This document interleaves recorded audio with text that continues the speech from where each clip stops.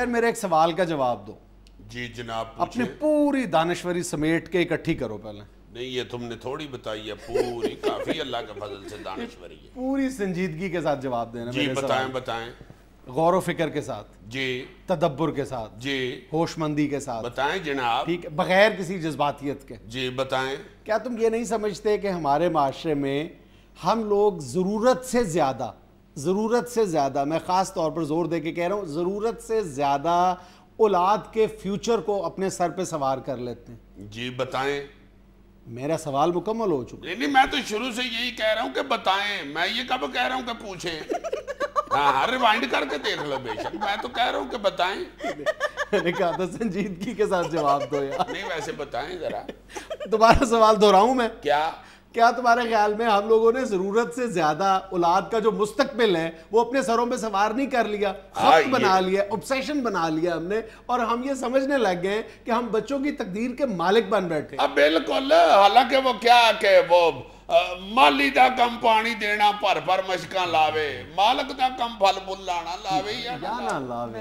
ایک بات تو پھر وہی ہو گئی نا کہ ہمارا فرض صرف اتنا ہے کہ بچوں کو اپنی بہترین توجہ سے نوازیں اور جو ہم سے بن پڑتا ہے ہم کریں, لیکن اس کے بعد معاملہ اللہ پہ چھوڑ دیں. مگر یار یہ بچوں کو تو چھوڑو, اب تو لوگوں کو دوتروں پوتروں کی بھی مصیبت پڑی ہوتی ہے, ان کے لیے بھی پلاننگیں کر رہے ہوتے ہیں, دولتیں اکٹھی کر رہے ہوتے ہیں, ان کی نوکریوں کے لیے بھاج نس کر رہے ہوتے ہیں, ان کی سفارشوں کے لیے دوڑ ہو رہی ہوتی ہے. حد ہو گئی ہے. اور یقین کرو کہ میں نے اپنی زندگی میں بہت سے باصول اور انتہائی پارسا لوگ دیکھے ہیں جو یعنی عام معمولات زندگی میں انتہائی باصول واقع ہوتے ہیں اور کبھی کمپرومائز نہیں کرتے اپنے اصولوں پر, لیکن اولاد کا معاملہ جب آتا ہے, ان کی سفارش, ان کی ملازمت, ان کی تعلیم کے جو مواقع ہیں, اس موقع پر آ کر ان کے قدم جو ہیں وہ لڑکھڑا جاتے ہیں. وہ سفارش کا استعمال بھی کرتے ہیں, وہ ناجائز ذرائع بھی استعمال کرتے ہیں. اسی لیے مطلب ہم یہ بات نہیں کر رہے, یہ تو قرآن نے کہہ دیا نا, اولاد اور مال فتنہ یعنی آزمائش ہیں. وہ تو یار ہمارے اسی قرآن شریف میں یہ بھی تو لکھا ہوا ہے نا کہ اپنے مخصوص رزق کو ناجائز طریقوں سے حاصل کر کے حرام مت کرو.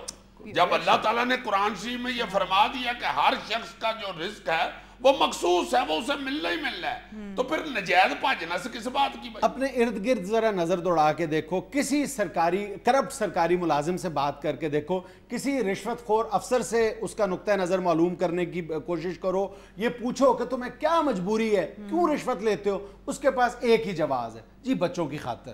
بچوں کی خاطر. اور اس سے پوچھو کہ تم نے فلاں سفارش کیوں کی تھی بچے کی ملازمت کے لیے, تو وہ کہہ دیتا ہے جی کہ فلاں نے بھی تو کی تھی, اگر میں نہ کرتا تو فلاں کا بچہ یہ نوکری لے جاتا, اور مجھ سے بچے کا رونا نہیں دیکھا جاتا. اور اب بھی ایسے لوگوں کی اکثریت ہو گئی ہوئی ہے, ورنہ تم بچپن میں ذرا غور کرو کہ ہمارے ارد گرد جو لوگ ہوتے تھے ان میں اکثریت ان لوگوں کی ہوتی تھی کہ وہ کہتے تھے اولاد کو کہ بھائی میں آپ کو بڑی محنت کر کے اچھی تعلیم دلواؤں گا, ضرور سے کرنا کرو, باقی آپ نے کیا کرنا ہے زندگی میں وہ اب آپ کا کام. اور ہماری اسی obsession نے ہمارے اندر ایک عجیب و غریب تبدیلی پیدا کر دی ہے کہ ہم لوگوں نے ذخیرہ اندوزی شروع کر دی ہے. مشکل سے اپنے لیے گھر بناتے ہیں, ابھی وہ مکمل ہوتا ہے تو اپنے بچوں کے لیے, ایک ایک بچے کے لیے گھر بنانا شروع کر دیتے ہیں, بیٹی کے لیے پلاٹ خریدنا شروع کر دیتے ہیں, یعنی دور تک ہم پلاننگ شروع کر دیتے ہیں. اور ٹینشن ہی نہیں ہے تو ختم ہوتی, بچوں کا مستقبل تو پھر اس کا تو سفر ختم ہی نہیں نہ ہوتا.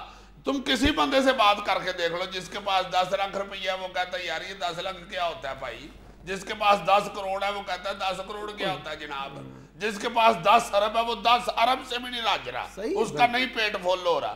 یہ اسی طرح بچہ پیدا ہوتا ہے تو اس کا سیاپا بندے کو شروع ہو جاتا ہے ذہن میں کہ بھائی جی 3 سال کا ہوا ہے, اب کسی اچھے سکول میں داخل کرانا ہے, اس کے لیے وہ سفارشیں ڈھونڈتا پھرتا ہے. پھر اس کے بعد جب وہ آہستہ آہستہ امتحان دے دے کہ میٹرک پاس کرتا ہے, اس کے بعد اچھے کالج کا سیاپا پڑ جاتا ہے, اچھے کالج کے بعد پھر اچھی یونیورسٹی کا سیاپا پڑ جاتا ہے, اس کے بعد پھر اس کی نوکری کے لیے سفارشیں بندہ ڈھونڈ رہا ہوتا ہے, نکال رہا ہوتا ہے کہ کوئی ایسا بندہ مل جائے نا جو اس کو 17ویں گریڈ کی ڈائریکٹ لگوا دینا کہیں نوکری. ہائے ہائے ہائے, وہ 17واں گریڈ مل جائے پھر اس کی ترقیوں کے لیے بندہ پیچھے پیچھے جا رہا ہوتا ہے. بالکل ایسے ہی ساری زندگی قبر میں جانے تک بندہ اولاد کی ٹینشن نہیں بھولتا, وہ ذہن میں لے کے پھر رہا ہے, اور جو آگے جا کے قبر میں ہونی ہے اس کی ٹینشن ہی نہیں ہمیں. اصل بات یہ اچھا یہ سارا کچھ پتہ کس خوف سے ہوتا ہے؟